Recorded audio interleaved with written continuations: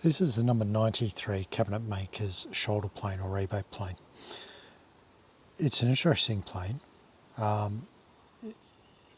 It's your standard rebate plane. It's got a nice solid heft to it, 100% nickel plated. But it's not just a rabbet plane or a shoulder plane. It is also a chisel plane with a loosening of the screw at the top. This section will slide across and be able to be lifted off.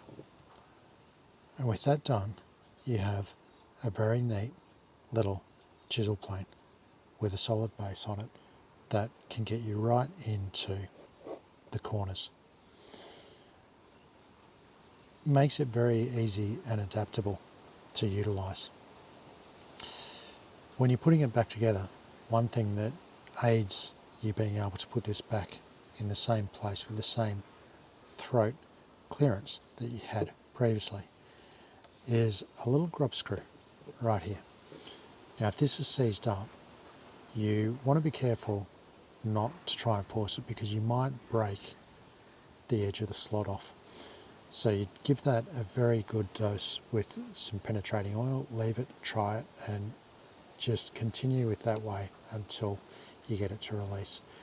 This one is fine, but some of them have been found to be seized up. And if they're seized up, they're a bit of a pain to get out. But with that little grub screw there, what happens is as you slide this back into play, the grub screw hits against this mechanism at whatever level you've screwed it in. And that prevents it going too far forward and therefore the blade hitting the toe as you're putting it back together. So to put it back together, it just seats on and you've got your ridges here that the toe section fits over, so it gets a nice, very positive fit. And then you slide forward, and as you can see, I can't go beyond where that grub screw is set. So that's as far as I can go. So basically, slot it on, locate it, push it forward, tighten down the screw at the top, and it is back to being a shoulder plane. All set exactly as it was before, very fast. To adjust the blade, screw down in here is actually what pushes down on the lever cap.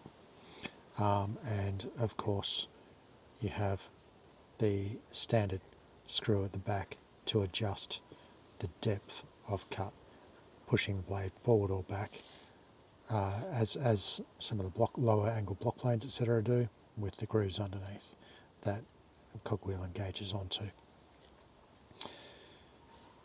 Very solid little plane. One thing that is to be noted when you're looking at picking one of these up is on the front. On the front you will find some of them have a little disc. Don't want to remove the disc, it's a permanent fixture.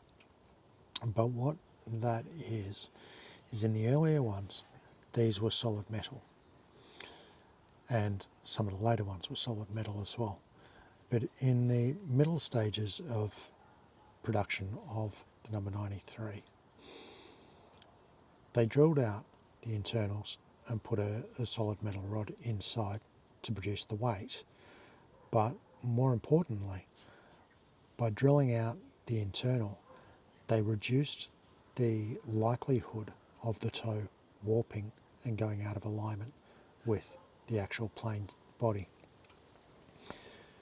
With that drilled out, that warping was less likely to happen. Doesn't mean it doesn't happen. So whenever you're looking at one of these, it's a good idea to have a set square and just test with an engineer's square. Test that this is actually a 90-degree angle from the base to the side. Confirm that. Also check that there are no cracks around, especially where the screws screw in. Sometimes people have screwed these too hard and they will cause cracks to occur around the top, so keep an eye out for that. Hard to see sometimes. You might want to take the plane apart completely, so yeah, ideally take a screwdriver with you when you go shopping so you can pull it apart. Saves having to borrow one from the seller. But other than that, these are a pretty solid and reliable plane and very comfortable to use. The idea of them as a cabinet maker's shoulder plane is that they have a larger surface on the length, and therefore are more designed to give you a good, solid, smooth surface when you're cleaning up the shoulder of a tenon or something of the like. So there you have it, the number 93 shoulder plane or rebate plane, cabinet maker's plane. No matter whether you're using, displaying, collecting, happy hunting.